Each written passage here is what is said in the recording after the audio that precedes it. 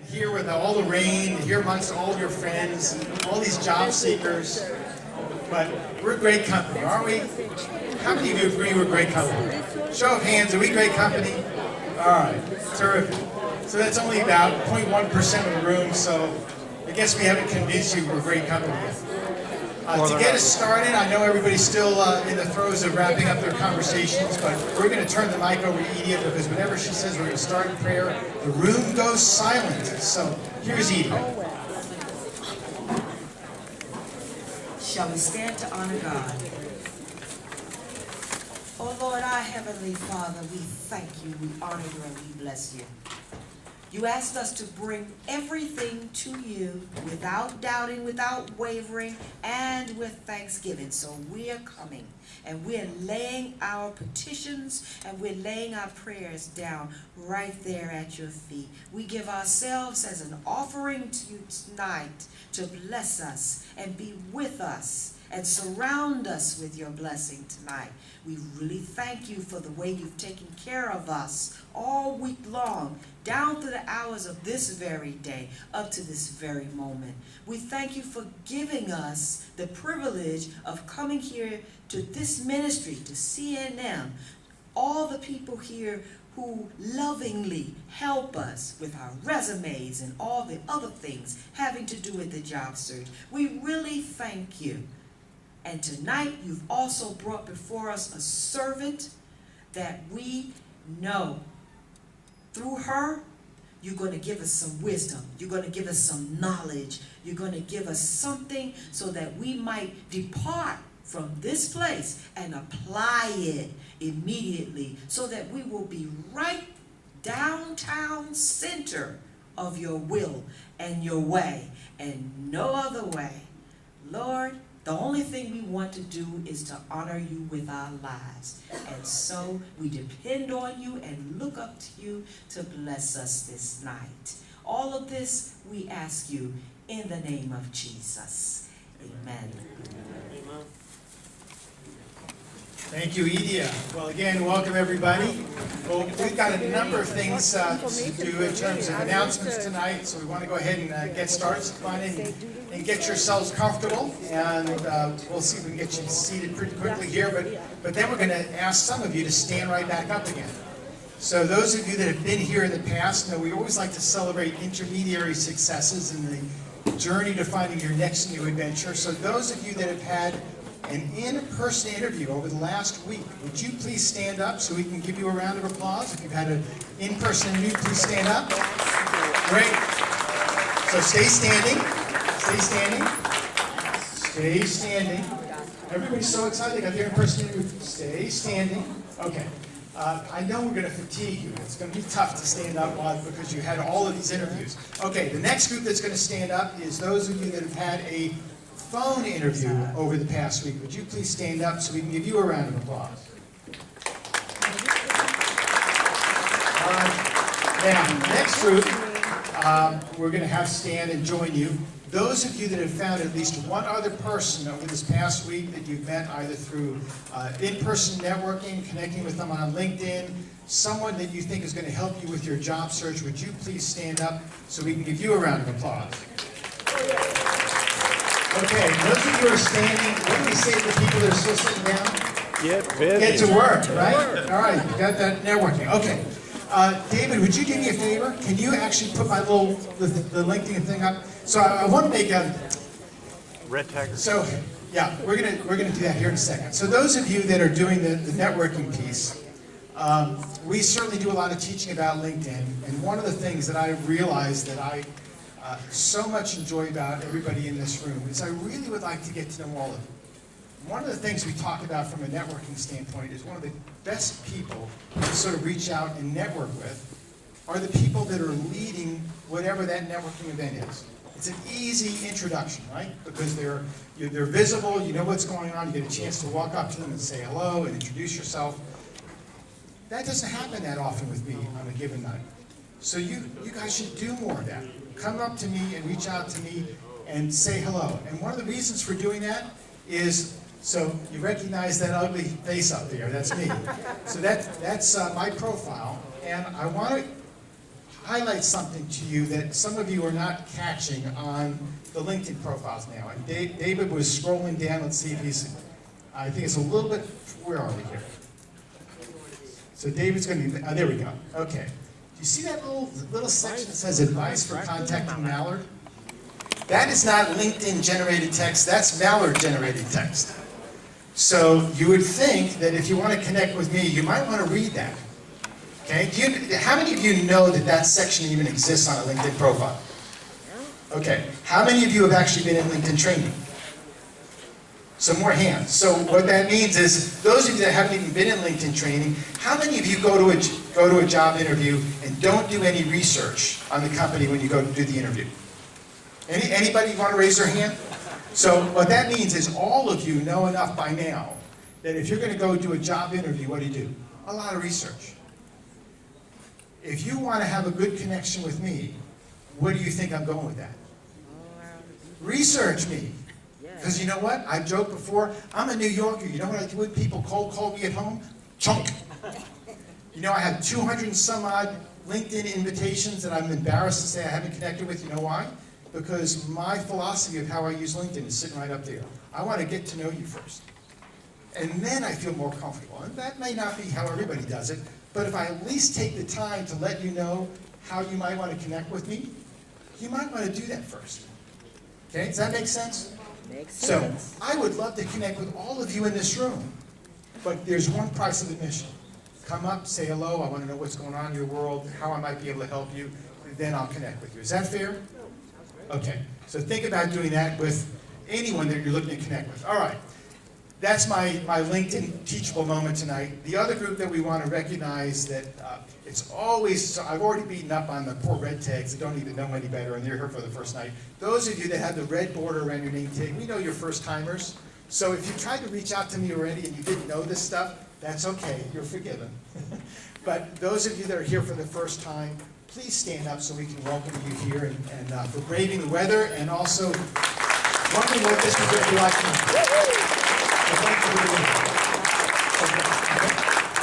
Terrific. So, thank you all for being here. We've got a number of other announcements, but Francine's come up and she's got one. So let me hand the phone over to my phone. Sorry, put the mic over to Francine. Somebody left their keys on the marketing table. Okay. Leave the microphone. Thank you. Okay. So we have another announcement to make today, and actually, we always like to celebrate all kinds of things, and we don't do as much of this, but how many of you in this room actually have a birthday this month? You have a birthday this month? Okay.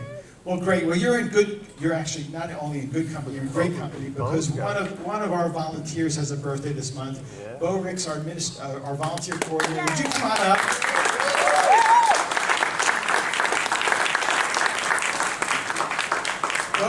Bo has been holding our feet to the fire, making sure we do all the things we need to do. She's the one that raised the flag saying, who's setting up tonight? And we have people showing up. And so she's just so wonderful. And she's now getting into the world of event planning. And of course, this is a little bit of an event that we put on every night. But we have a real love affair with Bo. And because we have a love affair for Bo, we actually have a little bit of a surprise for you over here. So we have our volunteers come on over. Let's see. Can we do happy birthday for everybody who's in the room? I'm not going to sing it. Happy birthday, dear Bo. Happy birthday to you.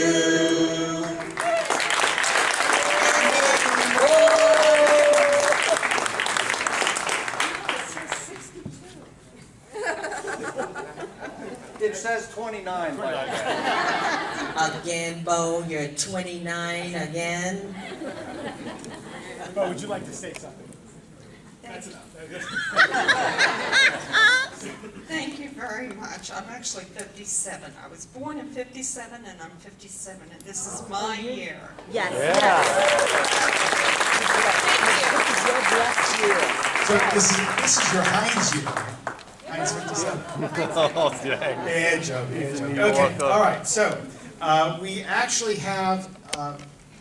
Other than our speakers, and of course, when I do my MC jokes, of course, you know that was really the best part of the evening. But really, the best part of the evening is when we have victory laps, and we actually have 2 tonight. And the victory lap, for those of you that are red taggers, that's when people actually land. That means they're not flying and make it to Dulles Airport. That means when they finally find their next new job. So we have 2 tonight that are going to give their victory laps. Kevin Saunders. Kevin, where are you? Kevin, come on up. Let's give Kevin a round of applause for being newly employed. He's left the unemployment ranks. He's going to share some of that with us. Here you go, Kevin. All righty. Hi, yeah, my name is Kevin Saunders, and I'm not new around here. I volunteered here previously, just prior to my previous job. I probably have put in maybe 4 years, between 2 and 4 years of service here. It's a great group, plenty of support, but there's a lot of wisdom. I just wanted to tell you a little bit about how I benefited from CNM. My last job that I got was with Verizon. I was working for their legal staff in contracts management. And frankly, I don't know how they found me. But what I know is that I had just put my profile on LinkedIn, and I started getting, inquiries, and Verizon was one of them. And that brings me to my first piece of advice. I know sometimes you get invitations to work, say, for a short period of time, shorter than what you had in mind. My recommendation is that you not just discard that opportunity, because what you're looking for is an opportunity to showcase yourself. And a job for 3 months, 2 months is a lot better position for showcasing yourself than putting a resume on an internet website where thousands and thousands of people are competing for the same thing. Then I got, so I worked there for 2 years, but regrettably they made cuts. Because I was a contractor, I was one of the first to go. However, the good news is, not long after I got off, because of all that I had learned the first time, getting up to speed was so much easier this time. So I made some adjustments in my resume and LinkedIn and some of the other areas like interviewing and such.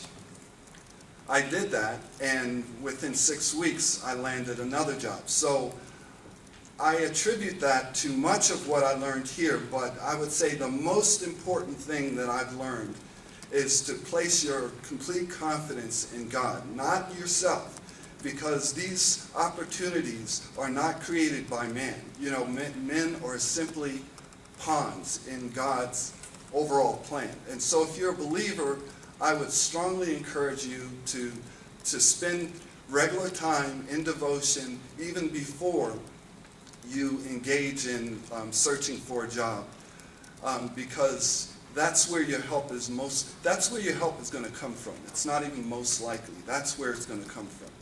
So that's all I have. Now I'm working for the National Industries for the Blind in Alexandria. And the reason that appealed to me is for 2 reasons. One, I previously worked in regulations, drafting regulations for the Department of Transportation. And I enjoyed that. And so I wanted to be considered for regulatory staff writing for a legal department again. The other thing is, I've never worked for a nonprofit before, and this was my first opportunity to add that onto my resume. So I jumped at the opportunity. I also located some people here at the church who happen to be blind, and I talked to them about it, and I also connected with someone who I connected here. I don't know who he is, but I knew that I knew him because when I searched for National Industries for the Blind, his name popped up. And I saw that he knew someone who was chief counsel for their policy department. And so I contacted him. And so the things that you learn here are just, they're invaluable. And so I would encourage you to spend a little time going beyond just putting together a resume. Actually invest in yourself to learn who you are, how you can best market yourself, how you can best present yourself. And like I said, stay connected to the one who gives all good gifts, and that's God. Congratulations again. All right, and our second victory lap is Jeff Gilley. Jeff, where are you? Come on up, Jeff. Let's give Jeff a round of applause. Hi, my name is Jeff Gilley. I'm a recent graduate of college. I graduated about 2 months ago. Really started coming here almost every week. Before I get into the jobs that I got, I just want to talk about what CNN helped me with most. I found that just being here really helped because there's no pressure, and you get used to meeting new people, asking for cards, asking for advice, all that type of stuff. So when I went out to networking events through, in Maryland, DC, Virginia, I found that I was much more comfortable just from being here alone. So I thought that's what helped me the most. And in the past 2 weeks, I've landed 2 jobs. One with a company called Voice Blank Sports. They're a new company in Old Town Alexandria, and they buy and sell things on Amazon. I've been there for about a week. It's been a lot of fun. We have a niche in racket sports, and that's how it started. And then the owner, Ethan McAfee, kind of said, hey, we can sell anything. So it's really cool. We get new products every day, so it's never the same thing. And then the second job I got is with CBS Radio in Lanham. I'll be on air on weeknights and weekends. All right. As a sports update anchor on 106.7 The Fan and 99.1. I interned with them last summer. The station manager reached out to me and said, hey, apply for this producer position. When I came in, he said, we'd like to go in a totally different direction. And it, just, again, being here and talking to people about interviewing skills really helped. I was so prepared. I wasn't nervous one bit. I just went in there and nailed it. I mean, and everybody here was a played a big part in that. So thank you.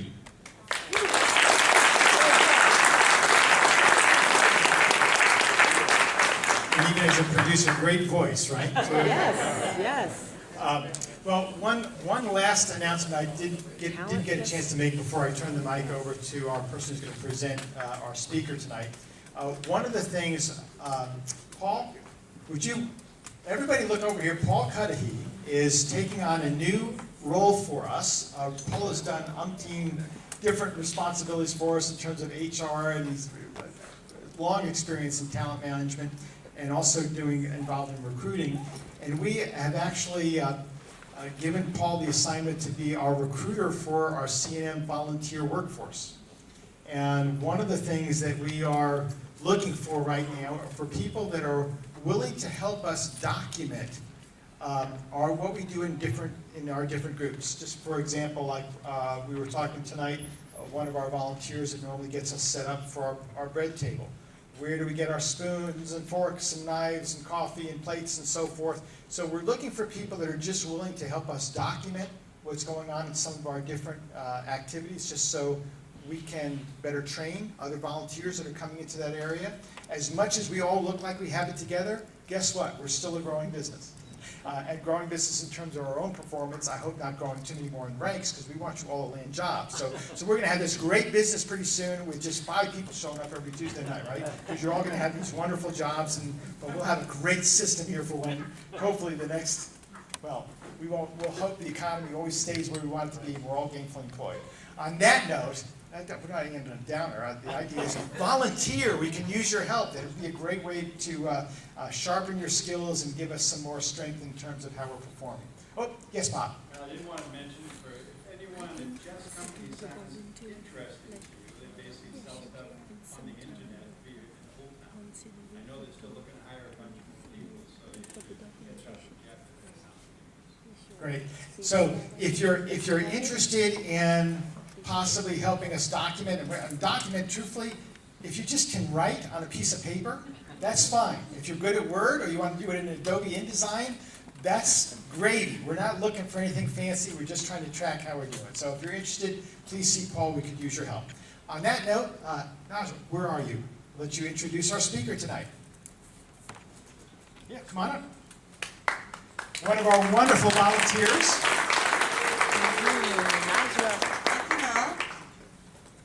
So, welcome to tonight's program, Speaking with Powerful Clarity, which is something we can all benefit from. I met our speaker 3 years ago, and we've kept in touch, and I'm delighted and that you've come to join us tonight. Ann Timmons is a communications artist. She uses her background as an actor, director, writer, and teacher to share perspectives on presentation skills and communications training. She has helped political candidates, nonprofits, private sectors, senior managers, and public policy advisors. And she's operated workshops for the Embassy of Switzerland, Department of State, Center for Nonprofit Management, law firms, etc., etc. It's a long and distinguished list. She's taught public speaking and presentation skills at AU and the Edmund A. Walsh School of Foreign Service at Georgetown and the Elliott School of International Affairs at GW and AU, where she received the prestigious Alice Paul Award. She's been an assistant professor in theater and speech communications, and she's a Phi Beta Kappa of Wellesley College, and she received her Master of Fine Arts in Theater from the University of Illinois. She has studied with international voice and speech experts from the Royal Shakespeare Company, the Juilliard School, the Metropolitan Opera, the New York City Opera, and she is a playwright and director. Ann is a member of the Actors Equity Association and the Dramatists Guilds of America. So this is a very special, unique evening. It's the first time we've had Ann speak with us, and I'm looking forward to it. I hope you all enjoy it. Ann?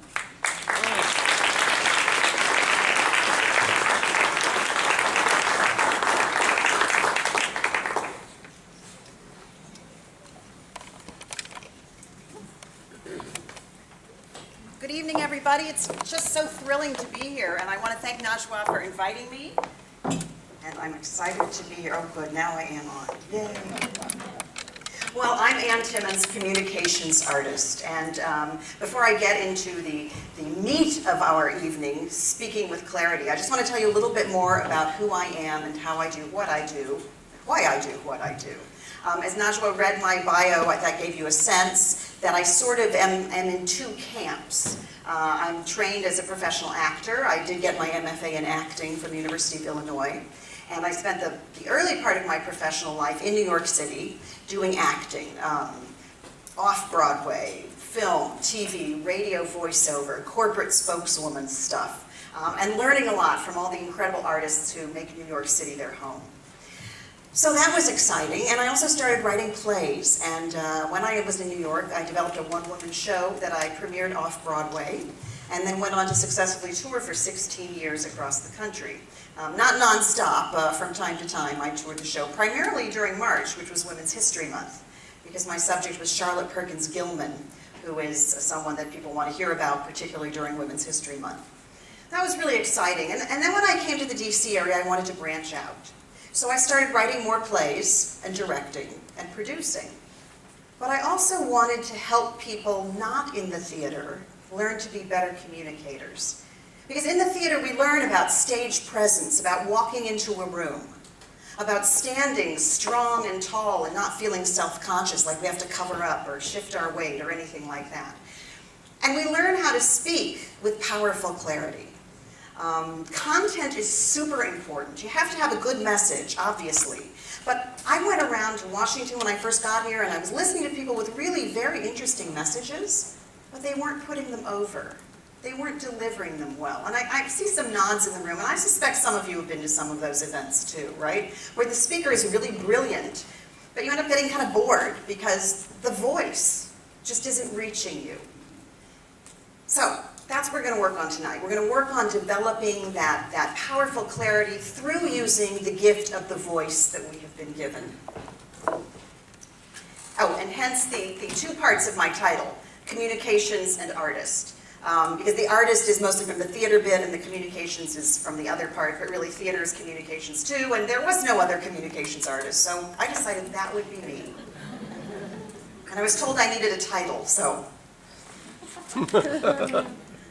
My clients come to me because they want to learn to look and sound more like leaders, basically. Even if they're not in a leadership position now, pretty much everybody wants to get to some kind of leadership position. Maybe not at the tippy top, but leading a small group, being the person in charge. And how do you get there if you don't have your own authentic voice that you're speaking in? Now, there's a lot of talk out there about voice, finding your voice. And most people use it metaphorically. I don't. I use it, real. Find your voice, your real, actual, physical voice, and use it. People used to say, when you were little and whining and not getting what you want, use your words. And then if you weren't using your words, somebody would say, God gave you a voice, use it. And I do think that's true. I think a lot of people don't rely on their voices as much. They rely a lot on their head. So that's kind of what I do. I like to say I get people out of their head and into their body. Because the voice is part of the body. And that's very much a part of speaking with clarity. But I want to tell you, there's no magic wand. I'm sorry to say. There's no magic wand. There's no 3-point, even 5-point agenda I can give you that will send you all out of here tonight with incredibly rich, resonant, powerful voices. As with anything, it takes some work. But I am going to give you some tips that you can put into practice starting even tomorrow, that if you do them, if you practice them, you will notice a difference. You will notice more of a sense of power in your voice, and you will notice more of a sense of centeredness and relaxed energy when you speak. So I'm hoping that I do have a very few PowerPoint slides. They'll be up on your website. Is that right, Najwa? Yes, thanks, Dave. They'll be on the website in the members-only section rather than giving you handouts. It was decided that it's probably better to just use the slides. But if you want to take notes tonight, that would be fine too. So we'll offer you a few general guidelines that apply to most situations. In my practice, when I work with clients individually or in small groups, I really listen to what their voices are telling me. I listen for sounds of maybe stress that's coming in certain places, tongue tension. You would not believe how common a tense tongue is and how that can really trip you up. In your communication style. Some people don't breathe deeply enough. A lot of people, I can just look at them and tell by their posture that they're not using their instrument to their fullest capacity. So obviously, it's a big room tonight. I can't do that with all of you. But as I said, I'm going to give some general guidelines that will apply to everybody in the room. Right now, as you begin your journey toward your personal best, speaking-wise, I want you to think about it as a roadmap that I'm giving you. Maybe a list of directions. It's not a GPS. It's something a little more specific than that because you can see the end. The end is that voice, is that sound, is that powerful clarity that you want. Oh, and one more thing about me. I thought it would be appropriate to share with this group. I have continued to write plays, and my most recent play I wrote in 2009. And it premiered, it had a fully staged professional production in Washington, D.C. in 2012. And this September, which is really soon, it's going to have a couple readings in New York City. So we have a lot of excitement about that. And it's not a subject that anybody else has ever really written a play about because it's about a man some of you might have heard of. His name is John Calvin. All righty now. Don't think about John Calvin when you think about a theater guy, do you? But I got a commission to write a play to celebrate the 500th anniversary of his birth, which was in 2009. And the more research I did, the more I thought it was such a fascinating time, the Renaissance and the Reformation and all the drama and the turbulence and the personal saying no to God, which he did repeatedly, until finally he could no longer say no to this call that was thrust upon him. So it's kind of my way of getting the conversation out there into the world. So I would like to ask for your prayers as this play goes forward in New York, and maybe someone will see it who wants to pick it up and produce it. A Lutheran church actually is sponsoring the readings, and it's to benefit their soup kitchen, and it's a church right there in the Broadway area, so it's very exciting. So even if no producers come to it, we will earn money for their soup kitchen. So that's an exciting thing. Yeah. And actors from Washington. Most of them are coming to do this on their own dime, completely coming up to New York and doing it just out of the love of the work and the love of the sense of mission. So I'm truly blessed in that regard. Well, enough about me. Okay. How many people in this room consider themselves good speakers already? All right, all right. Yay for you. Wonderful. That's terrific. And maybe I can get some tips from you later. Okay. How many people are kind of, sort of, sometimes comfortable, depending on the situation, speaking, you know, smallish audience, maybe something you know well? Oh, how many? Yeah, you're waiting for me to finish, I know. Thank you. Okay, that's terrific. How many people, okay, don't raise your hands on this, but I'm sure there are some people here who really don't like to speak at all. Yes, I think I see a little, yep, you don't have to raise your hand, that's okay. Oh, okay, you're confessing. Oh, this would be the bell curve, right? Some people are really good, some people hate it, most of you are somewhere in the middle. This is really very, very normal, and we're going to talk about that in a couple minutes. I want to interact in a different way first, and begin with an exercise. Okay, so now's the time to put down your pens, to sit up straight. In those comfy chairs, put your feet flat on the floor. I don't have a chair, so I can't demonstrate. Grab a chair. Grab a chair. All right, flat on the floor, sitting up straight, with your back against the back of the chair. Oh, I can't because I have my pad on back here. Put your hands like this. Everybody see? Put them behind your head. Lean back in your chair. Don't lean back too far. Don't overlean. Don't stretch. Just let the back of the chair support your back. So you're still sitting up straight. But the weight of your head is supported by your hands. And you're nice and opened up in your chest, and you're breathing deeply. Feel where that breath goes. Breathe deeply. Feel how deep it goes. Relax your jaw. Close your eyes. And just breathe.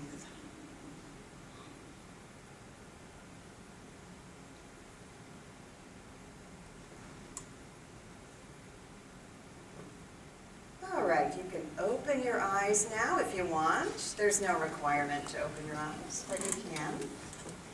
Wow, there was a big change in energy in the room. I felt a lot of the tension just go out the window, right? Well, door, whatever, the door. Up to the ceiling, I don't know where it went. The ventilators took it away. Breathing is fundamental.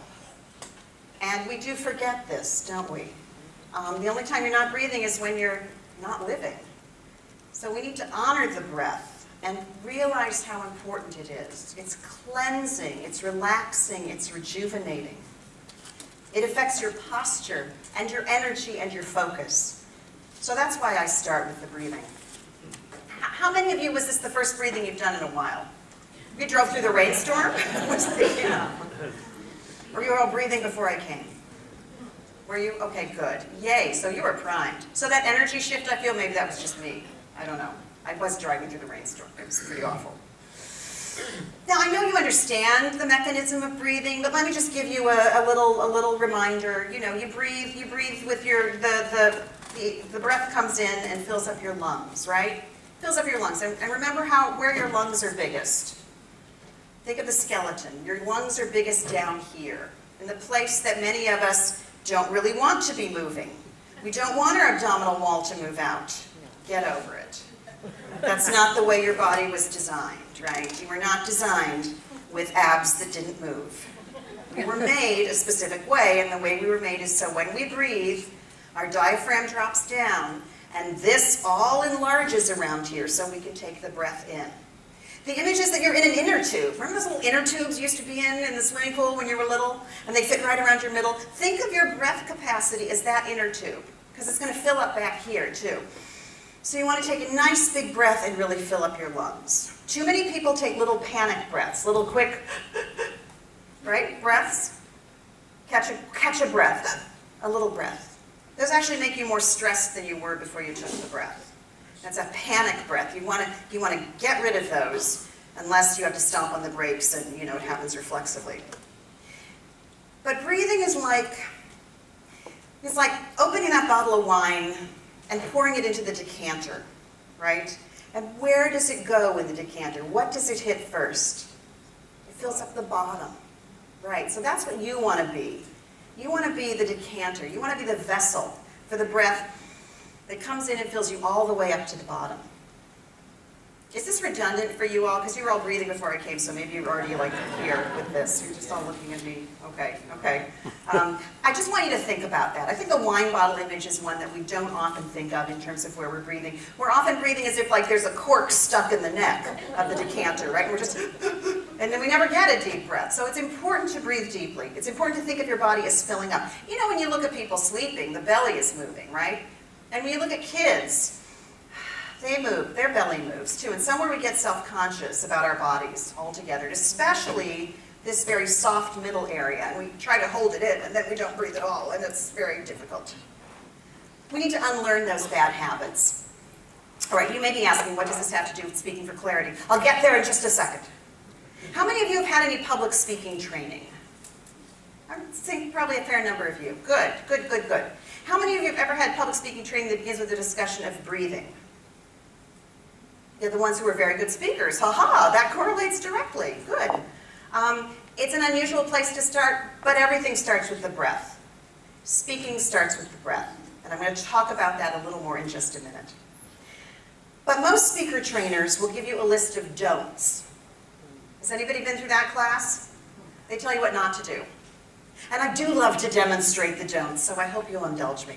Okay, let's see. The first is don't rock.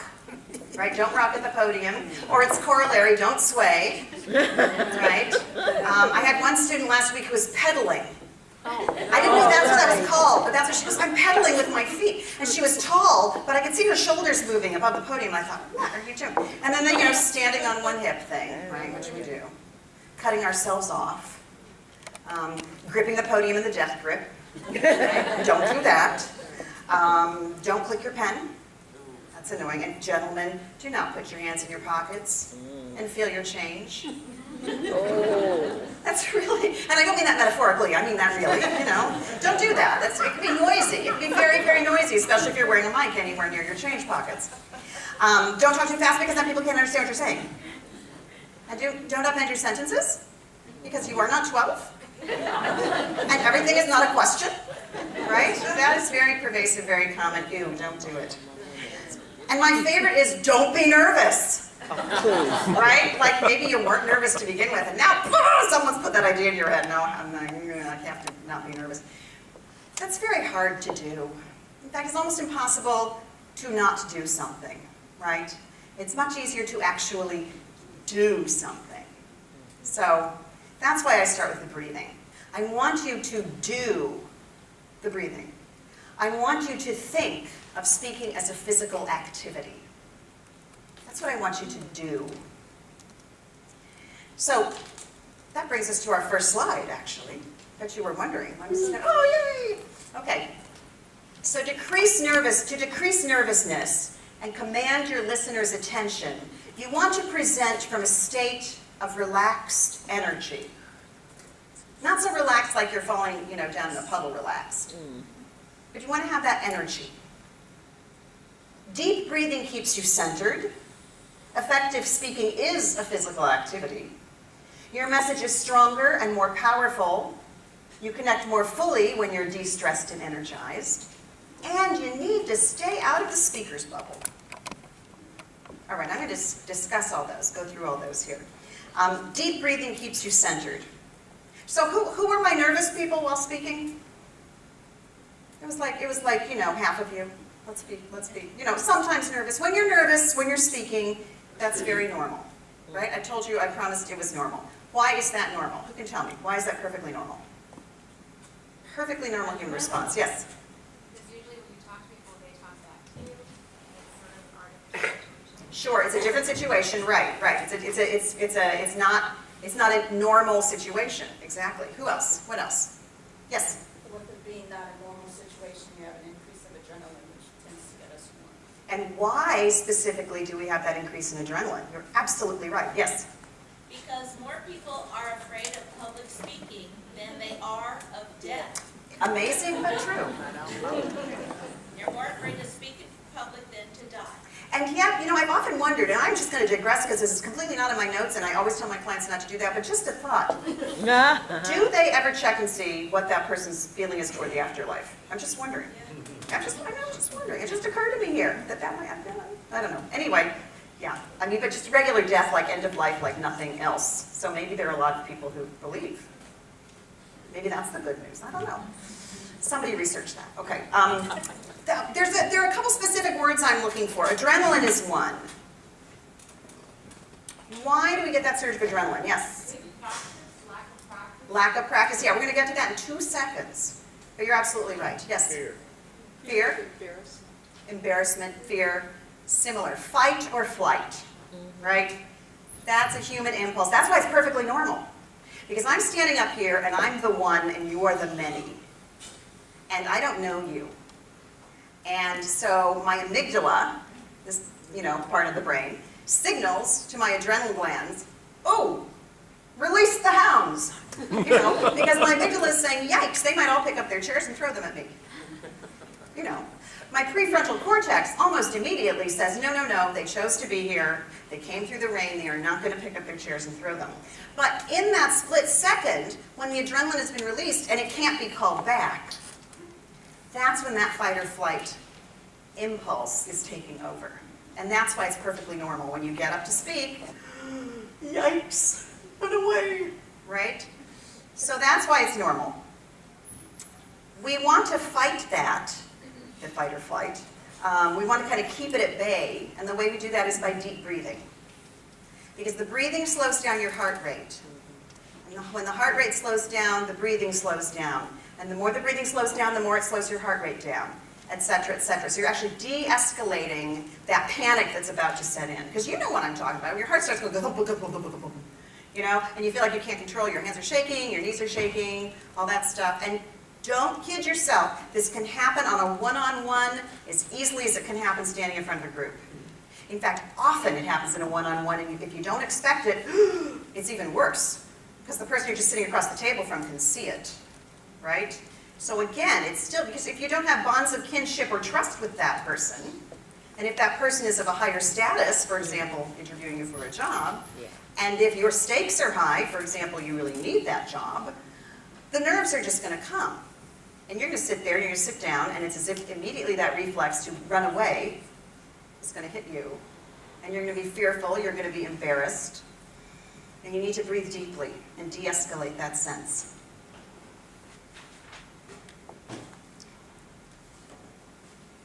You can start improving your technique today by developing that increased awareness of your breathing.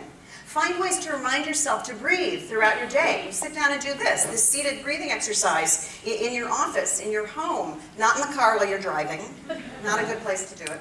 But, you know, breathe deeply, take 3 or 4 deep breaths. I know a lot of you probably are already doing deep breathing practices if you do yoga, but think about that in terms of the speaking. Think about that in terms of presenting from a state of relaxed energy. Okay, so point number 2. Effective speaking is a physical activity. Some of you may remember analogies. Do you remember analogies from high school? Not all of you, but some of you. Breath is to the voice like gas is to the car. If you don't have breath, you can't run the voice. The breath is the fuel for the voice. Speaking is a physical activity. The breathing starts down here. The breath comes up. It vibrates your vocal folds. The sound comes through there, resonates through your mask, goes out into the world.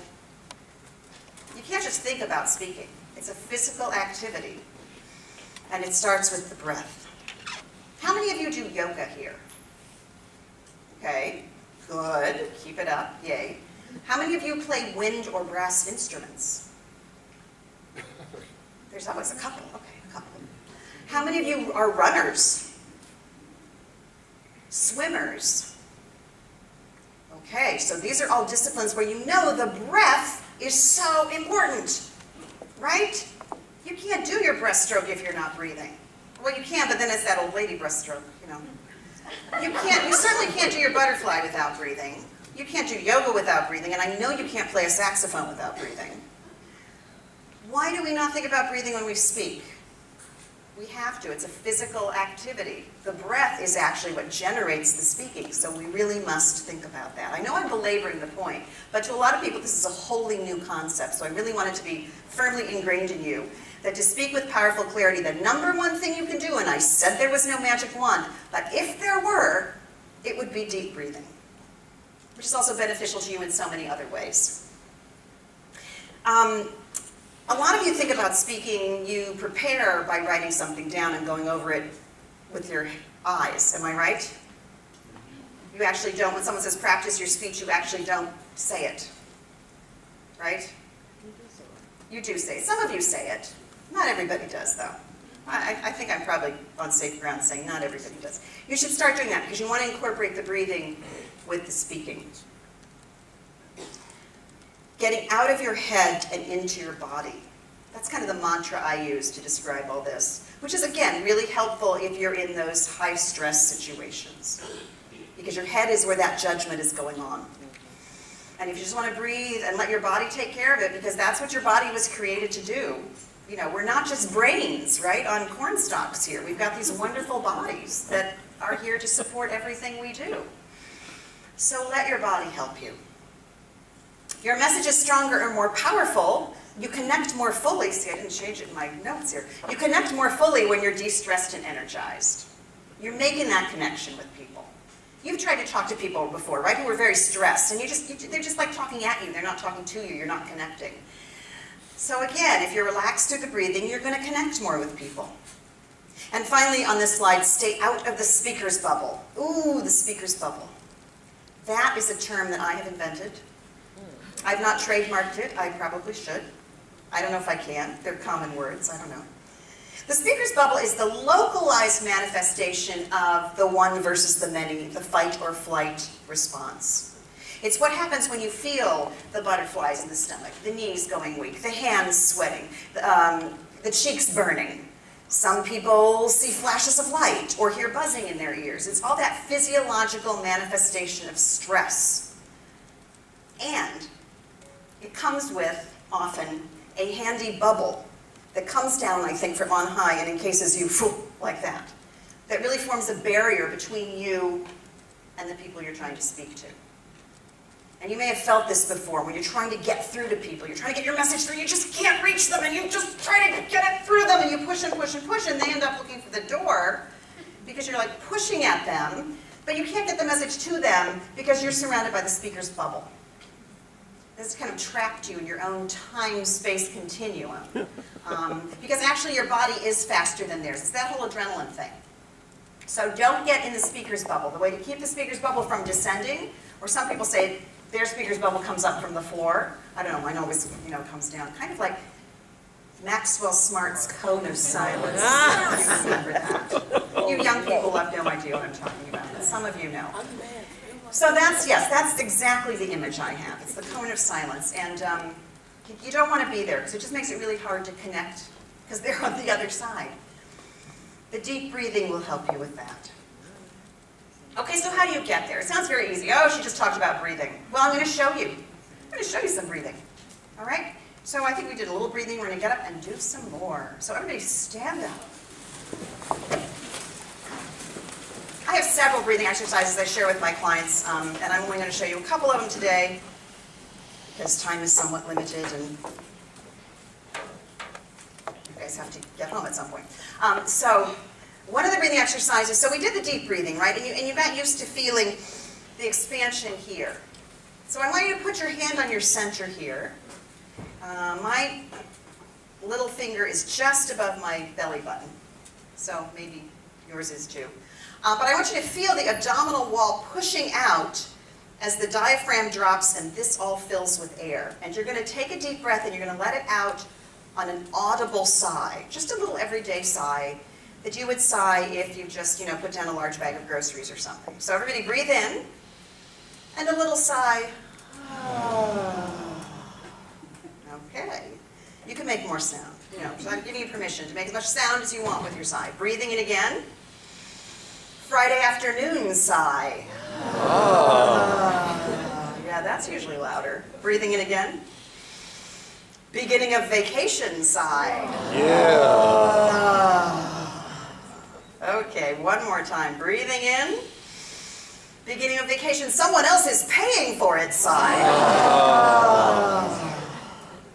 Did you feel that? Did you feel the vibration? Especially on that last one. It's just the powerful sound is coming out of you, right? And it's your whole body doing it. Okay, maybe not your legs and your feet, although sometimes I do feel those sighs in my toes, especially that someone else is paying for it sigh. The reason I have you sigh out and make a sound, number one, is to get in touch with the sound, because that's the beginning of your powerful sound. It's the ha sound that comes from your body, not the ha sound from your throat, right? So it's the sound from here. But also when you sigh out, you're getting rid of all your air so that your next breath has to be that big decanter filling breath. Right? You have so much more capacity to fill because you've gotten rid of everything. So that's something to think about, really getting in touch with your breathing and seeing how it fuels the more rounded, powerful yet relaxed sound. All right, the next thing we're going to do is going to involve a little bit of moving. Can you line up along the sides and along the back? Sort of one row. I'm hoping we can do that. Sort of one row, one person standing next to one person, not 2 rows deep. So line up along the perimeter. All right, and you're going to need a little space for this, so take a giant step toward the center of the room. Yeah, some of you can come up here with me too, actually. Yeah, I think you want to be in front of the table, not behind. All right, good, good, good. So this next exercise, actually I'm going to do the, no, I'll do this one. This next exercise involves the magic ball of sound. Is tomorrow night the All-Stars game? Tonight? Oh, dang, okay. Oh, okay, in honor of them, we will practice pitching. Okay, I throw like a girl, it's true, and I throw an imaginary softball, but you may throw an imaginary baseball in honor of the All-Star game, if you so choose. Now, this exercise is taking the sigh that you just made and really making it a more directional sound with that energy. And, you know, throwing a ball of sound, you wind up, right, and then the ball releases, but then you have to follow through. The follow through is almost as important, or some people would say as important as the wind up. So you've got to have enough room where you can wind up and follow through. So if you don't think you do, move yourself around, because I don't want you hitting a table or, you know, another person. All right, now this is very simple. It's on a ha. You can all make that, but it's not a ha from your throat, right? The throat is all relaxed. In fact, to relax our throats, let's just all have a group yawn.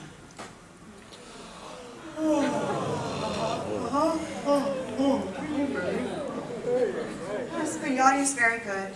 You can't usually do it in a meeting, but it's very good for relaxing your throat. Now I'm going to demonstrate, and then I'm going to direct you, and you're going to do it. And start with your dominant hand for this exercise, okay? So use whichever hand is your dominant hand. I'm going to breathe and wind up, release the ball, and follow through. Ha! Okay, quick. Now we'll all do it together. Now don't hit anybody on the other side. But you are aiming, I aimed at Bob right there, I'm right by Bob's head. You are aiming at a specific point, and you want your sound to get all the way there. Okay, everybody ready? With your dominant hand, breathe, wind up, and ha! Oh, I heard some nice, powerful ha's. I heard some a little off the throat. Try to think connection with here. It's coming, the engine for the sound is here, right? Ha, right? Your breath from here. Let's do that again with your dominant hand still. Breathe, wind up, and ha! Okay, we're gonna do the non-dominant hand. All right, let's do this one again. Non-dominant hand. And if you want to switch it up, if you've been throwing underhand, you want to try overhand, go for it. Non-dominant hand, doesn't matter, no expectations, not the one we use all the time. Breathe, wind up, and oh, that sounded pretty good, actually. That sounded nice and relaxed. I find that most people have no expectation from their non-dominant hand. And so sometimes, silly as this is because it is a magic ball, but sometimes they get more power and more relaxation with the non-dominant hand. So just something to think about. Now, I want to take this half of the room, and I want you to throw it to this half of the room. We have a little contest here. So yes, those of you who are sort of along the ends might want to turn inward. Let's have you all go first, all right? Don't hit them. Throw between their heads. All right, so breathe, wind up, and... Okay. So this side of the room, you're going to throw the ball of sound again. No hitting anybody.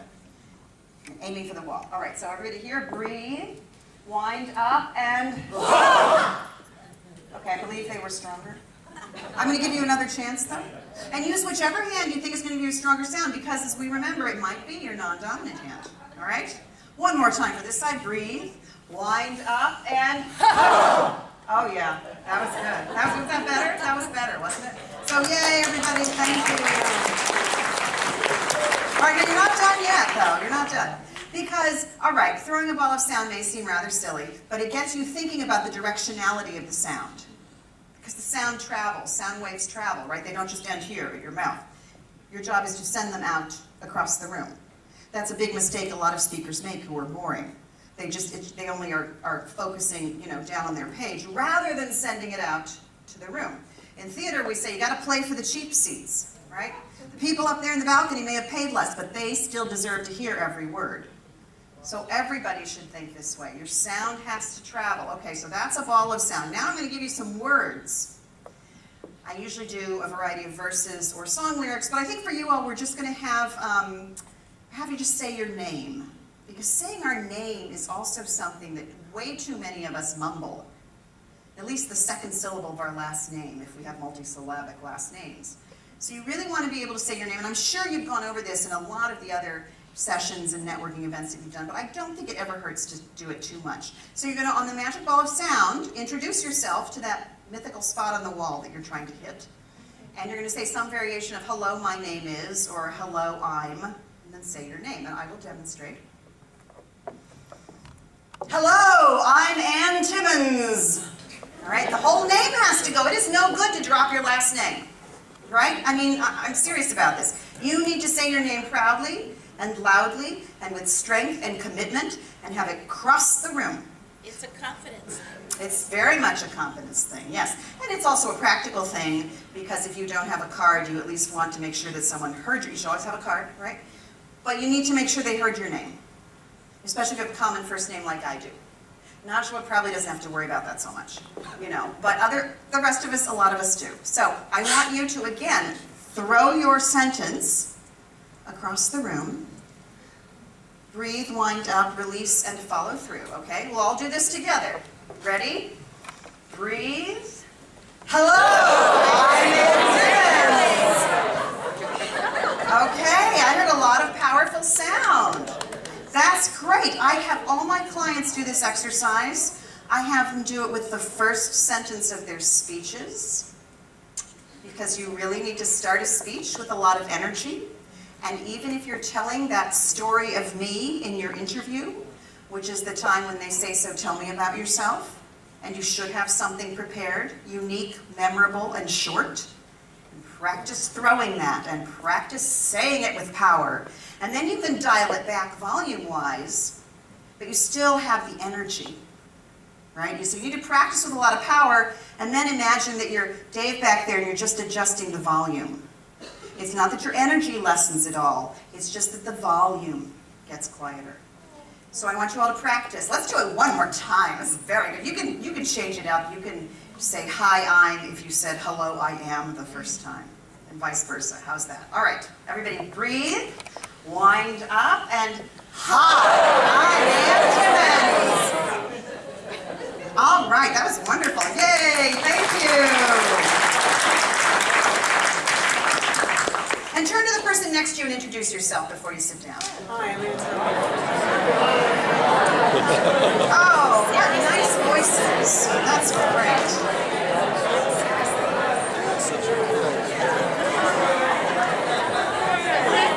All right.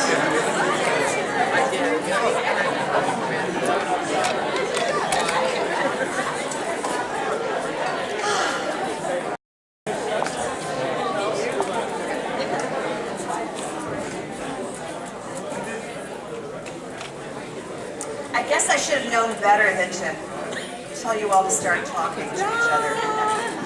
There it is. I have now switched to the next slide to increase your confidence level. This is another thing, speaking with powerful clarity. You want to have a certain level of confidence, right? Because you don't want to be second guessing, you don't want to be nervous. All these things, kind of nervousness, anxiety, confidence, they all kind of go together, but I've broken this out. Increase your confidence level, be prepared.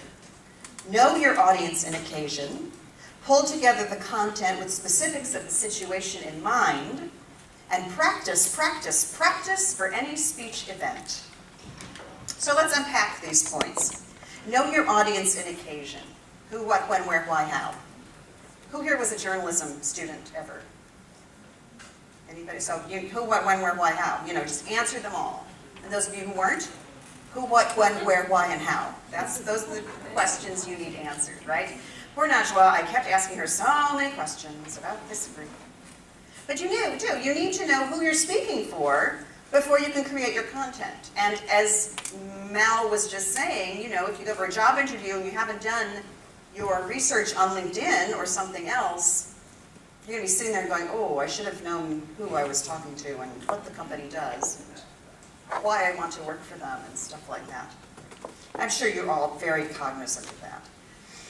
Put together the content with specifics of the situation in mind. So you want to be sure to right-size your speech.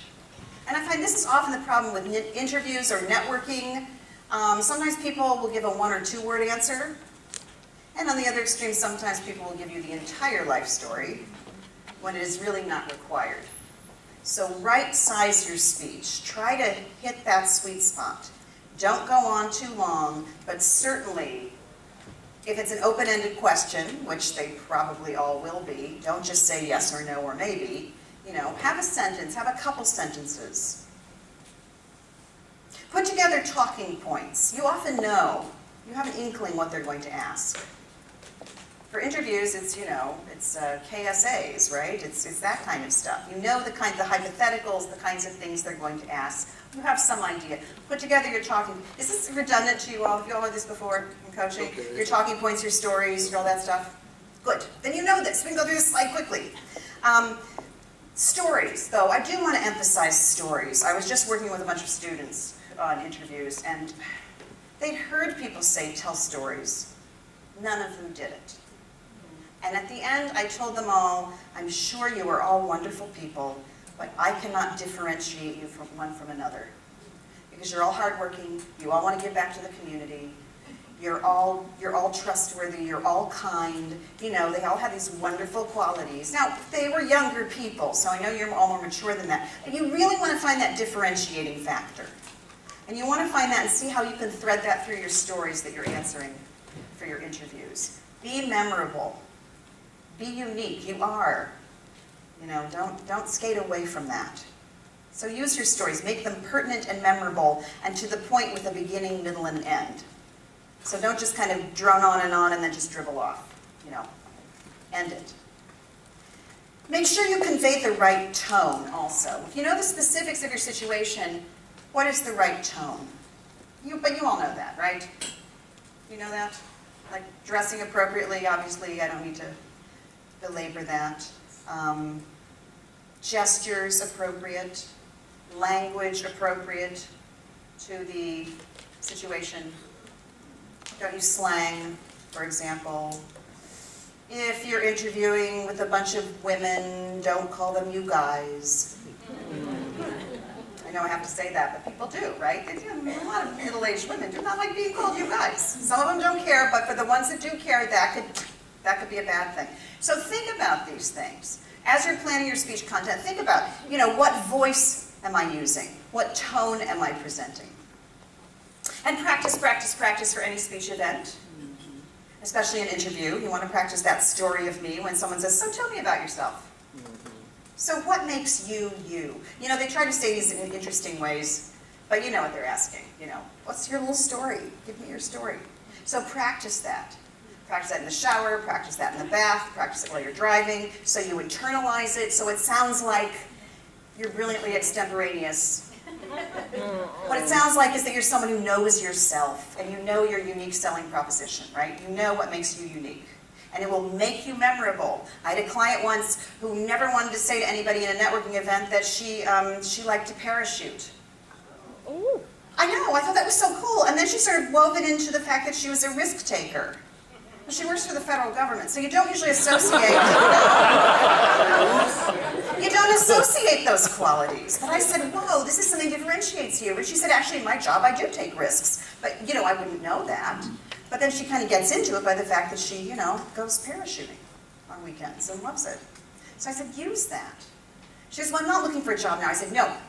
But once you internalize that story, the next time you meet someone, they'll be thinking of you for maybe not a job, but maybe to push a contract your way or something. I don't know how it all works, but I said you can use that. You can use that uniqueness. So you want to practice saying the words or phrases of your story, hence the bathtub shower behind the wheel.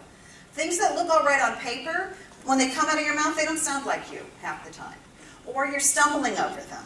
Or if you're talking about someplace you've worked and it is a government agency with a very strange long name, like many of them have, you really need to get it in your mouth. Now, if you've worked there, presumably you have that capacity, but a lot of times people switch to acronyms very quickly. So really, practice it, say it in your mouth. You don't want to stumble over your former boss's name, for example. Stuff like that.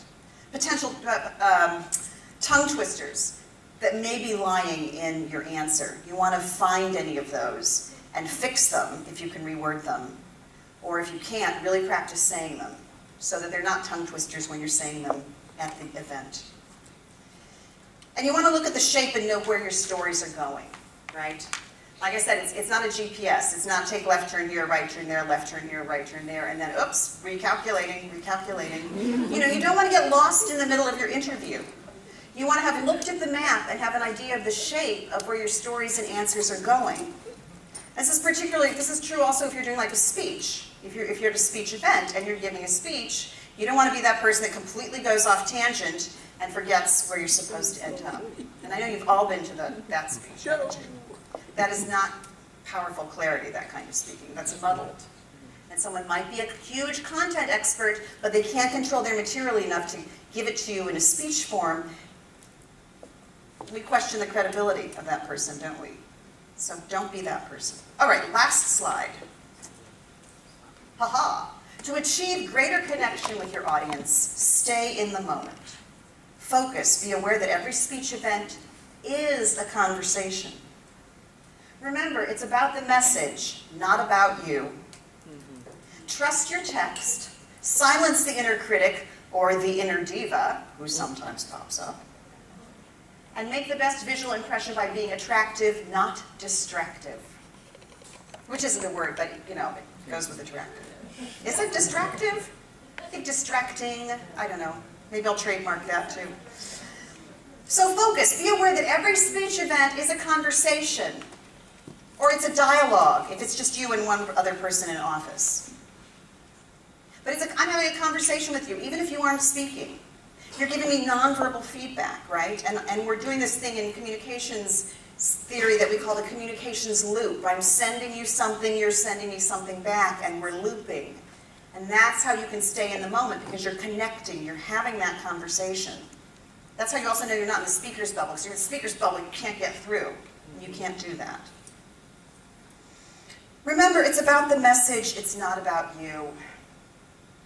Nobody in this room, I think, is going to have problems with that, given what I heard before I came up here. But a lot of people in our town do. They think it's all about them. You have the advantage if you know that it's not all about you. Even in an interview situation, this is like the only time when you do get to have it be all about you, but it's really only for that segment when you're telling that story of you. Everything else is your attributes and your, what are KSAs? Knowledge, what's that? Skills and attributes, right. Which are things that you have worked to do, but they're more messages. You're giving that message. It's not about your ego. It's about the gifts you have cultivated to serve a larger purpose, right? The only people who it's really all about them are the celebrities. And I don't think I see any in this room. maybe future celebrities. When you reach celebrity status, then it can all be about you, because celebrities are in fact people whose business it is to be all about them.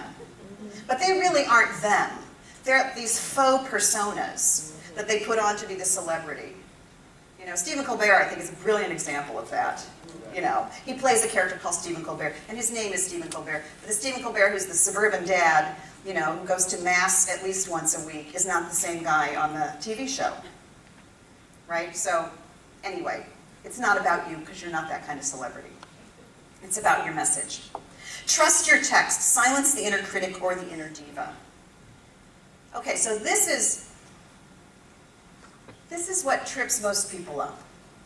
They'll be in the middle of something and they'll say, oh, this isn't going very well. Oh, I'm going to throw out my preparation.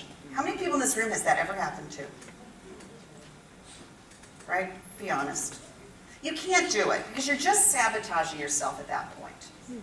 What you have prepared, you have thought about. This is assuming you have prepared thoroughly, which I'm assuming. You've thought about it. You've figured out the who, what, when, where, how, and why of this upcoming situation.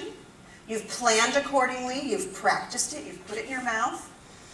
You've maybe done your breathing. You haven't done your breathing enough, because if you had, you wouldn't be all up in your headspace like this, second-guessing yourself. And the minute you go off your script like that, you're usually in for a world of hurt. You know, at best, you're just wasting time that you have to, because you have to dig yourself out of a hole. At worst, you end up saying something that you never should have said in the first place, and there can be repercussions. So trust your text. Silence that inner critic who is so eager to trip us up. Also silence the inner diva, which is that celebrity person who you get up here and you go, the lights are on, I have a microphone, oh, I've got a captive audience, I can say anything. Now save it for the comedy club. And I know that sounds like a joke, but it really is true. And you've been in those situations where that person does that too, so you know what I'm talking about. So trust your preparation, trust your text. Stay in the moment and have that active listening, connecting with the audience. Of course you can modify somewhat depending on, especially in an interview situation, obviously you're doing a certain amount of improvisation, but don't completely go in the other direction.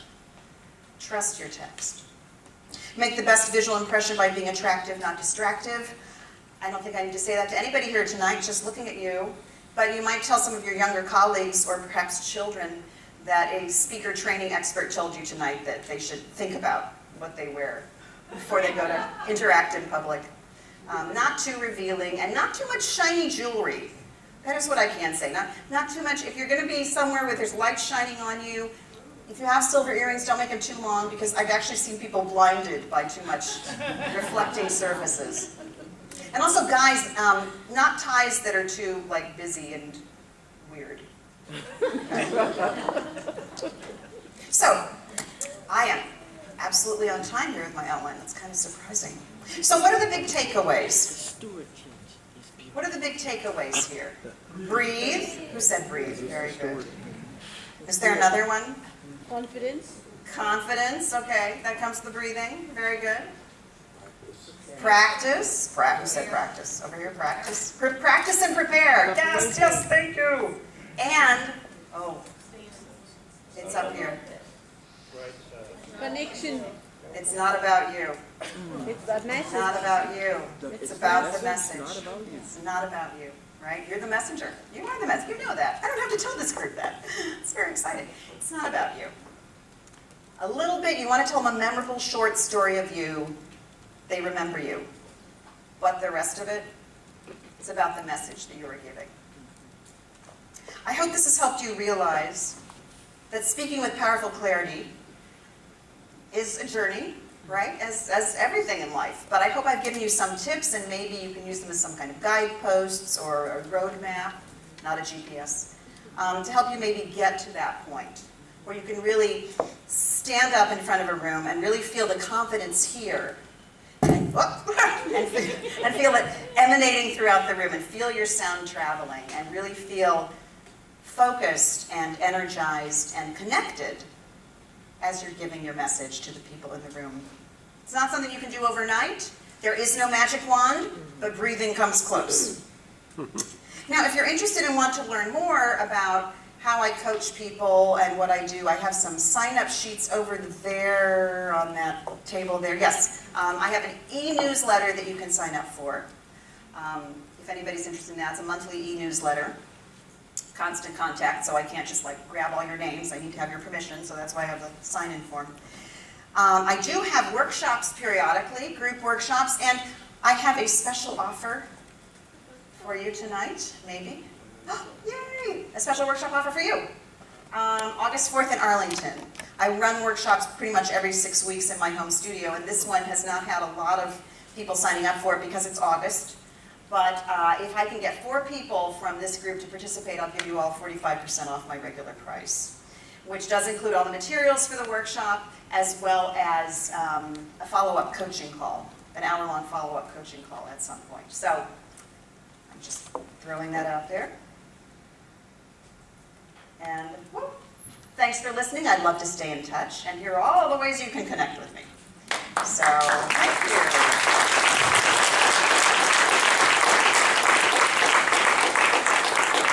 I have left lots and lots of time for Q&A, however, because I believe in right sizing, and since it's such a big group, I figured people would have really specific questions that I could answer, rather than just trying to give you a lot of stuff that you might already know. So open the floor for questions.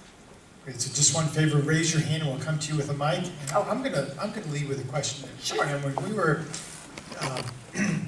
years ago, when I started coaching sports, I had a good friend of mine who was a speech therapist, and I used to lose my voice all the time. She said, now we need to work on your voice and how you're projecting. And just doing that little exercise of throwing our voice across the room, I'm now a little hoarse. Oh. So I don't know if anybody else has experienced that. I'm wondering, not using my control properly. Yeah. Any tips on how to solve that? Probably you have some tongue tension, is my guess. So you need to relax your throat, because there's probably some gripping going on there. As you're throwing the sound, it's probably going a little bit off your throat rather than from here, from the diaphragm. So what you need is to have a more yawny, open throat. And there are exercises that you can get rid of the tongue tension, but try just thinking of a yawny throat. Another image that a voice teacher once gave me, a voice teacher at Wellesley, by the way, Hazel O'Donnell. I don't know if you ever knew her. Hazel O'Donnell said to me once, imagine that your tongue is like a piece of cooked lasagna on the bottom of your mouth. And just let it just be floppy and just let it hang there for a while. Okay. But if you do that, if you imagine that your tongue is just sort of floppy and flaccid and just lying there, that really does help, because if the back of the tongue gets tense, it's so close to here in your larynx that it can really tighten everything up. So yawn. Great. Oh, now we'll all yawn, right? Because I just said yawn. It's very good, though, to yawn. Oh. Questions? We couldn't have been the only one with a question. There you go. Hold on.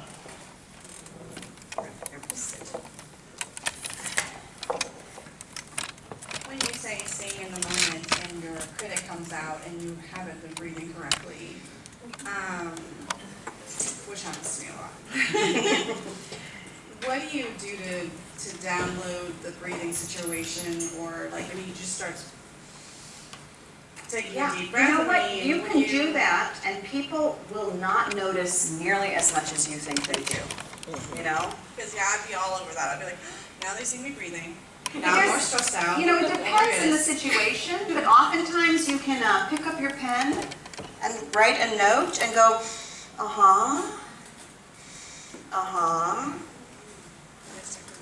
The wise owl of and breathing. Professors, I've learned a lot of things watching some of my professorial colleagues, and they're very good at standing after an hour-long lecture and standing here and going,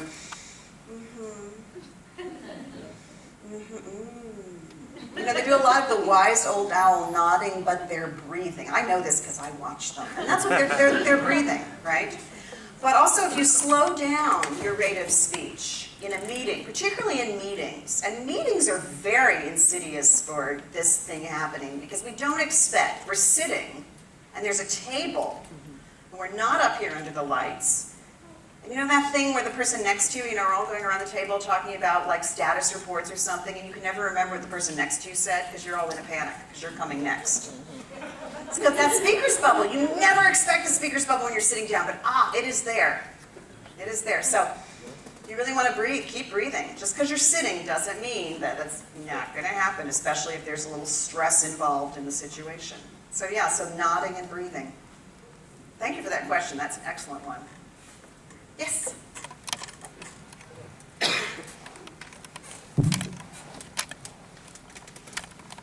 3 questions. Handling a panel interview versus a one-on-one, gesturing versus not gesturing, and being a woman in a meeting with many men.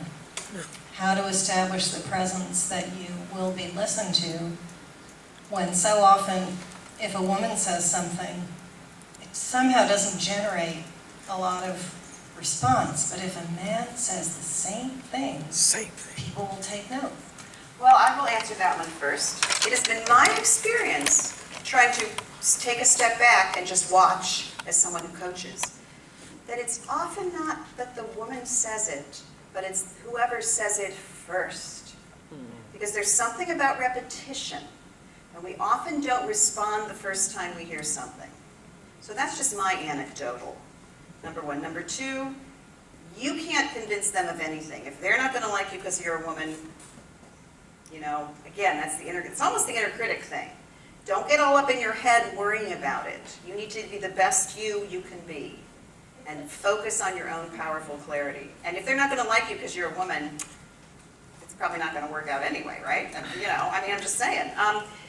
So let's try to leave that kind of judgment out of it and really focus on being relaxed, being centered, being in our space. Some people just don't like other people. You know, it's not always gender. Sometimes it's birth order. They don't know that, but you might have some characteristics that they can't stand. And then, you know, oh, that person's too whiny. Oh, that person's too indulged. Oh, that must be an only child. You know, I mean, but they don't find that out. But you know what I'm saying? So there are a lot of characteristics that people aren't going to like about us. But if you're that person that's in control and centered and you have that powerful clarity shining out from within, they might hire you in spite of the fact that they don't like one of your attributes, one of your personal attributes. So that's that one. But I do think there is something about being the second person to say it regardless of gender. So now I want you all to check that out. Because I actually read that in Fast Company or something, and it got me to thinking, maybe that's true. It might just not be, it may just be that the women are the ones who say it first because they're smarter or something, I don't know. Oh, wow. I'm not saying they are, I'm just, so there is that. And also any younger people, a lot of it's very age-driven. So it also depends on the age of the people you're meeting with, right? So that was one. Panel versus a one-on-one. I think in some ways panels are easier because you walk in knowing they're going to be more formal, and so you are more prepared to be knowing that you have to be like on your best behavior. I think the one-on-ones are really hard because you assume a relationship that probably isn't there, especially if they come off all friendly and everything, you know. And if you talk with your hands, talk with your hands. If you're a hand talker, don't nod, because then you're just going to be all stiff, because you're going to be denying your own energy. You know, but also if you're a hand talker and you're talking with your hands, and all of a sudden you think, why are my hands here? Then just put them down. It's like the breathing thing. We get hung up on things. I mean, I know this from being a professional performer. I've been on stage, and you know, there are times when I'm like doing this, and I'll just put them down, and I'll say to the director, did that seem awkward? And he'll go, what are you talking about? Because people actually do that. People do this and go, oh, okay, done with hands. So yeah, so if you're a hand talker, go ahead. I do have a caution if you're ever at a podium, if you're doing a speech event, and you're at a podium, and it's tall, you don't want to just gesture here. Because then people just see sort of tips of your hands, right? You want to gesture up and out. It's also like when you're on camera, right? You have to, if they're just taking the shot from here, you need to gesture like this, which feels really awkward, but it looks natural. Because the worst thing is phantom hands coming in. Which you see everywhere. NBC, where the cameramen are well paid, you see that sometimes. Oh. Hi, thank you very much for the presentation tonight. My question was about keeping the message on track, and I would think that note cards would be useful, well, they would be useful to me, but would that put you off if somebody had note cards? Well, I'm not an interviewer, so, but, no, I think note cards are good. I tell all my clients to always have their notes, all the time, because there are too many documented, you can just call them up on YouTube. Jan Brewer, the governor of Arizona, she's like my latest favorite. Well, not latest, she's been a couple years actually, but she had this wonderful moment where she was doing a debate opener on the network there in Arizona, whereas Phoenix maybe. And it was her debate opener, it was a televised debate, and she just went blank. Really, for like 15 seconds. That seems like a killer. Well, she won anyway, so I mean, you know, I don't know what that says. But it's, you watch those things and your heart just stops. Because you don't want that to happen to anybody. So take your notes. And then if you take your notes, then you have the confidence you need because they're right there. Men have it a little easier because they have pockets. You know, women have to like, I don't know, yeah, right on their, yeah, some other people I've known have done that. Right in your hands, I don't know. Just have them close by and you may not need them, but if you need them, you need them.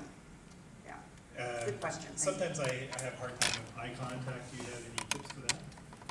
Well, the eye contact comes from, again, it's kind of that speaker's bubbly thing. You feel disconnected, right?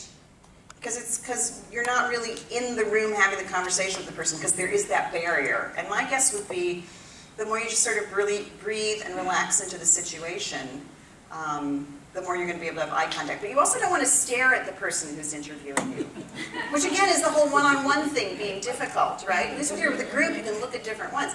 Because you never want to I teach beginning actors sometimes, and they always want to stare at their scene partner when they're talking to them. You know, if somebody did that in real life, you would run. Because it's not natural. So you want to, you know, you're glancing away, you're thinking, you're looking at them, they're talking, you're looking and nodding. But you know when you're talking to someone and they're just staring at you, it's just, so again, if you find you're staring at someone, what do? You look away. I know it sounds so simple. That seems to be hard, because we're like, oh no, and now we'll look away, now we'll notice. Yes, we'll go, oh thank goodness. She looks away. You know, so my guess is you're fine with the eye contact. Because you're probably not staring, and you're probably just sort of looking a little bit and looking away. And that's the other good thing about notes. And you can I always also have a notepad to write on. People like it when you take, you know, when they're talking. When you write, yes, you write something down. And then you breathe also while you're writing. And then you can break up that eye contact thing too. Just don't write your grocery list. Yeah.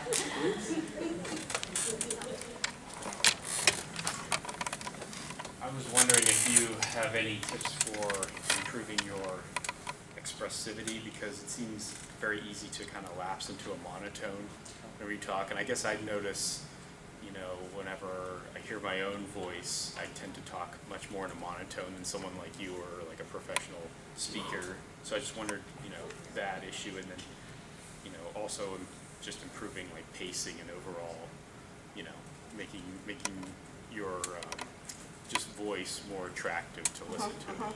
Yeah, and that's what I work on with my clients in small groups and one-on-one, because people have different issues. Like I said, some people have tongue tension, like you have tongue tension, I think. Other people have placement issues. But the monotone, really throwing the ball of sound, feeling the power coming from here, feeling that your whole body is vibrating with the sound, because it is. So the more you get attuned, no pun intended, to the fact that your body is full of these vibrations, the more you're going to feel like you are playing your instrument, which is what I want you to think about. You're not just speaking in a mic. It's not like your brain is just going to your mouth. Too many of us think that the mouth is just like connected to the brain and we're just thinking and the sound is just coming. No, it's your whole body. A violin, right? What's a violin? A violin is a couple of pieces of catgut on this beautifully carved instrument. And it's that sound box of the violin that makes the sound, that makes it all happen. Without it, it's just catgut, you know, reverberating. So you need to use your whole body, the breathing, and really feel that it comes alive. You can't tone if your instrument is alive. So, but you know, but this is very common because we just separate, we just like these heads with mouths, rather than thinking about the breathing and the, you know, getting that liveliness into it. So just throw the ball of sound, throw your name, do some breathing.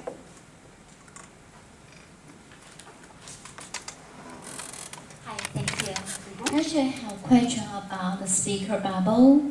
I was just wondering in what kind of situation can create this kind of speaker bubble. It's because anxiety on how you recognize it and how you break it. And also another question is, what if another person, when he speaks to you, have the speaker bubble, you just cannot concentrate on what he's saying. Yeah. So what should you do at that situation? That is a really good question. I've never thought of that, and I've never had that asked. I guess it depends how well you know that person, and you might want to say, can you just slow down, right? Tell them to slow down and take a breath. I don't know. You might say, slow down. I'm not quite following you. Could you just slow down, please? And even if you don't know the person well, you could probably say that if you're in a small group setting. But when when the speaker's bubble has enveloped you, because you just feel it. You just feel like you just can't get through. And usually there's some degree of sweating or wobbly knees or something. You feel that physiological panic thing. My question might be, when does the speaker's bubble not attack? Because I think it's there and waiting as a trap for us pretty much all the time. But the way to get out of it is just to, and you don't have to break it. It's wonderful. It just sort of, just kind of melts, right? It just kind of goes, or maybe it goes away. I don't know. So you don't have to break it. But the more you breathe and the more you just relax and the more you stick to your preparation and don't let that inner critic take over your mind. And really, but breathe, let your body help you. Slow your heart rate down, slow your breathing down, and feel centered and feel that you are getting out of your head and into your body and maintaining that connection. Because you get grounded, right? You're grounded through your body. You're grounded with your feet. You're grounded because you're standing on ground. Too often the speaker's bubble makes us just retreat into our head and forget that the rest of the body is here to support that. So just breathe and, stand up straight. Be confident. That sounds so easy, I know. Just breathe.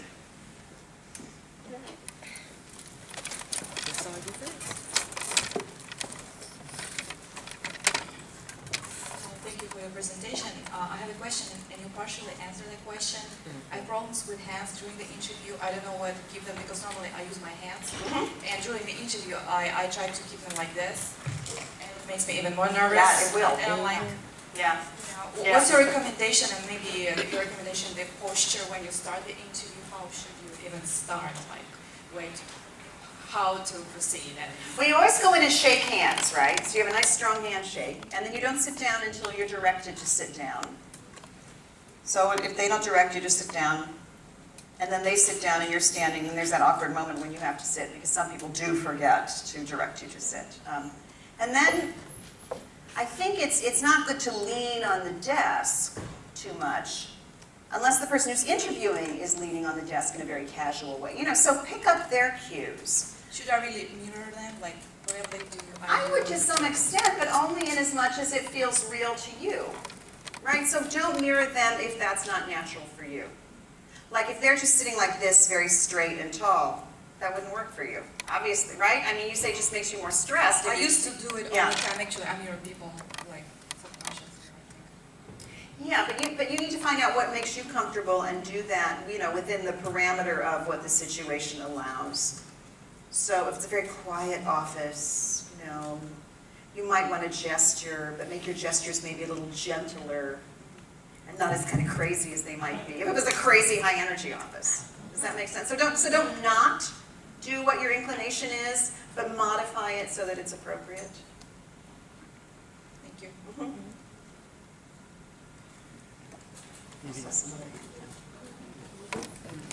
I do, and thank you very much for your presentation. You've made wonderful points.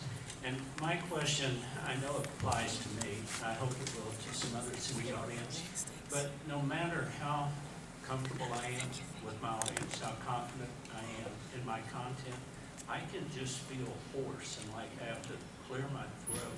Is that just a physical curse of mine, or is that something I forgot to mention you have to hydrate, right? You have to hydrate a lot, particularly if you're speaking. Sometimes you get an overproduction of phlegm when you are dehydrated.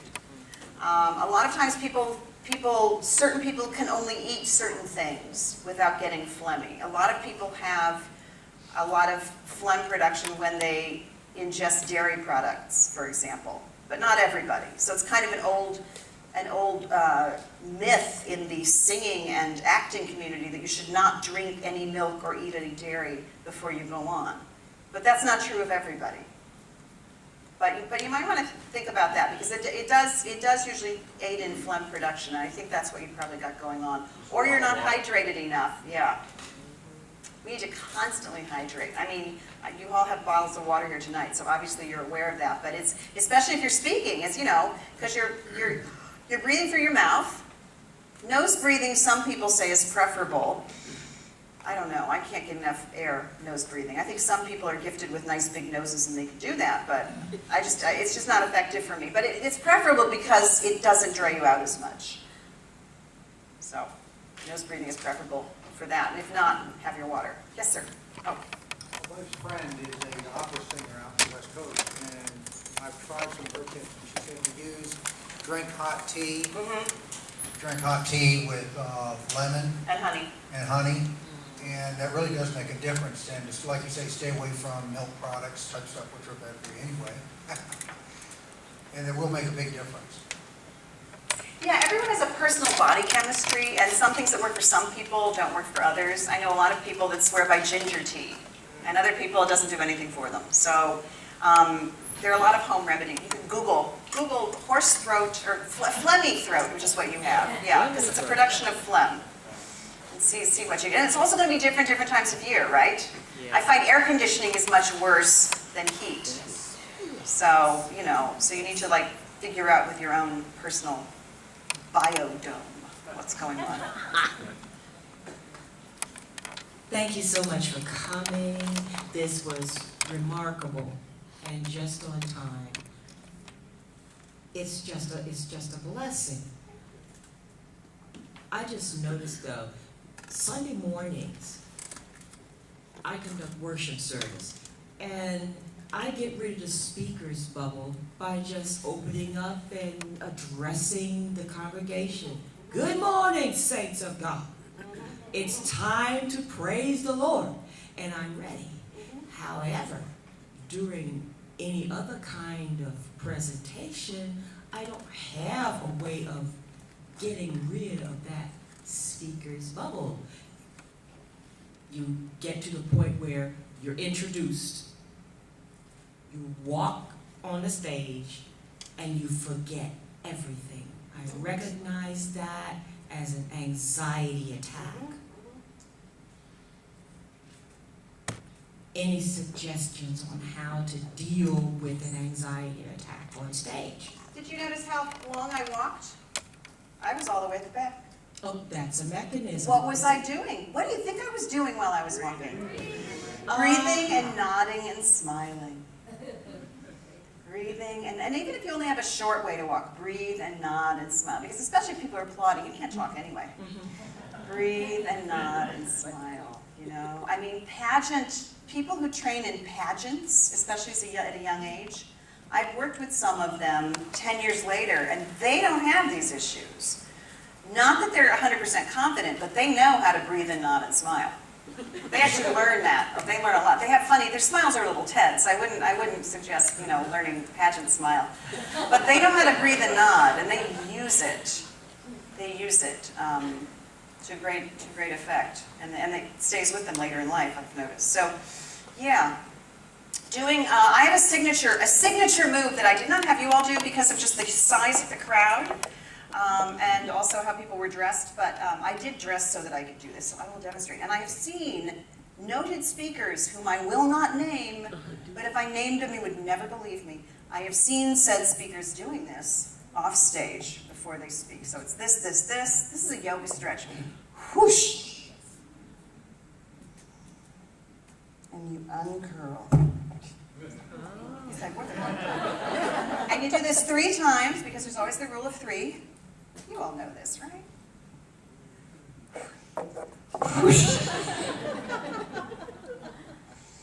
And you breathe while you're down here, and this moves, right? And then you uncurl, and you do that another time, which I'm not going to do. You do that in the handicap stall. Only I've seen people doing it off stage. You know, they can do it off stage, surrounded by their Secret Service. Did I say that?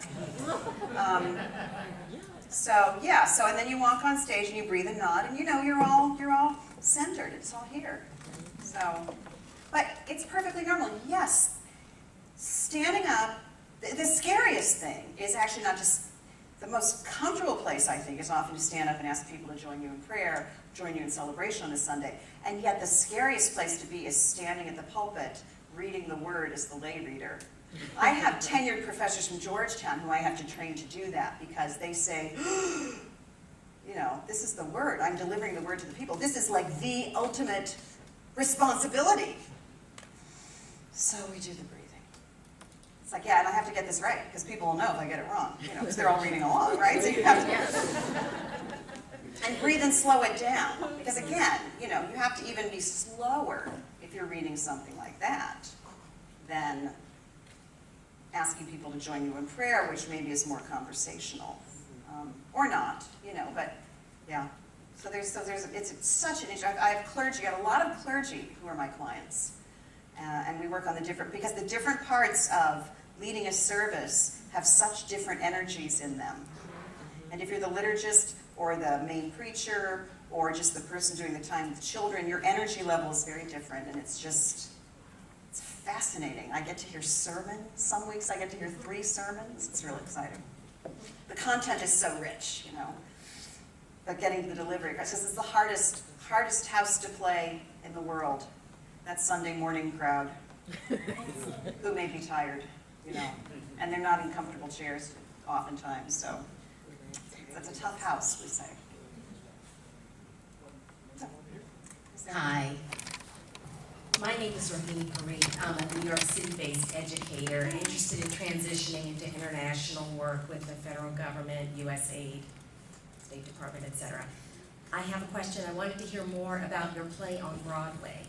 Not on Broadway. Or off Broadway, or in New York City. In the Broadway area. Yes, I wanted to hear more about that.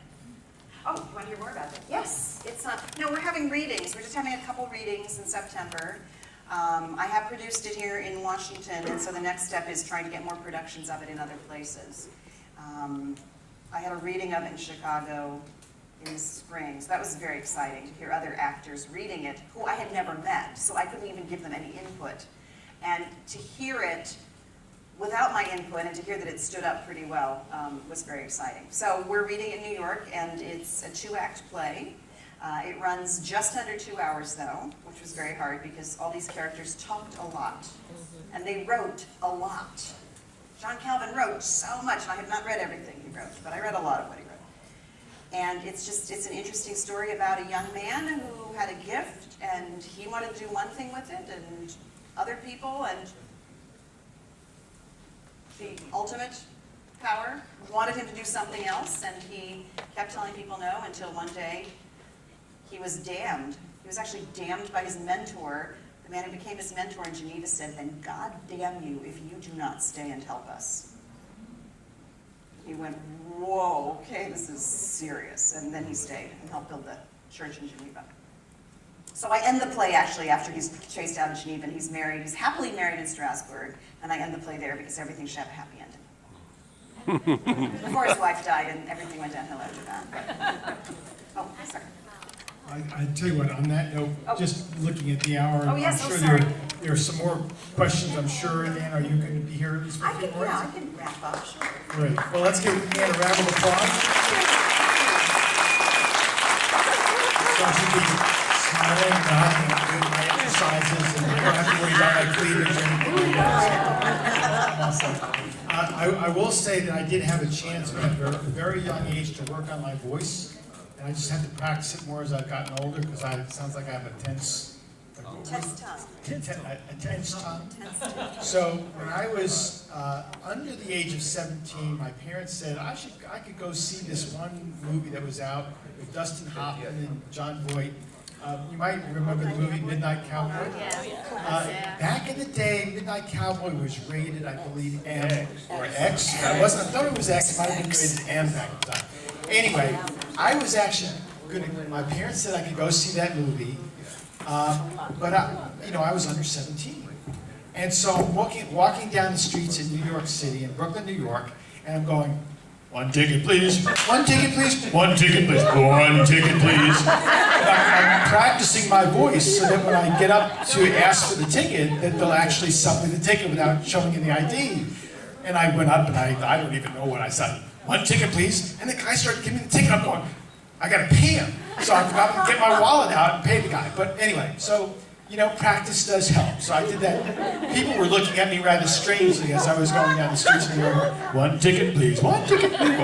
So on that note, just a little lighten up the evening. Thank you, Ian, again. And let me turn the mic over to Raphael, the representative.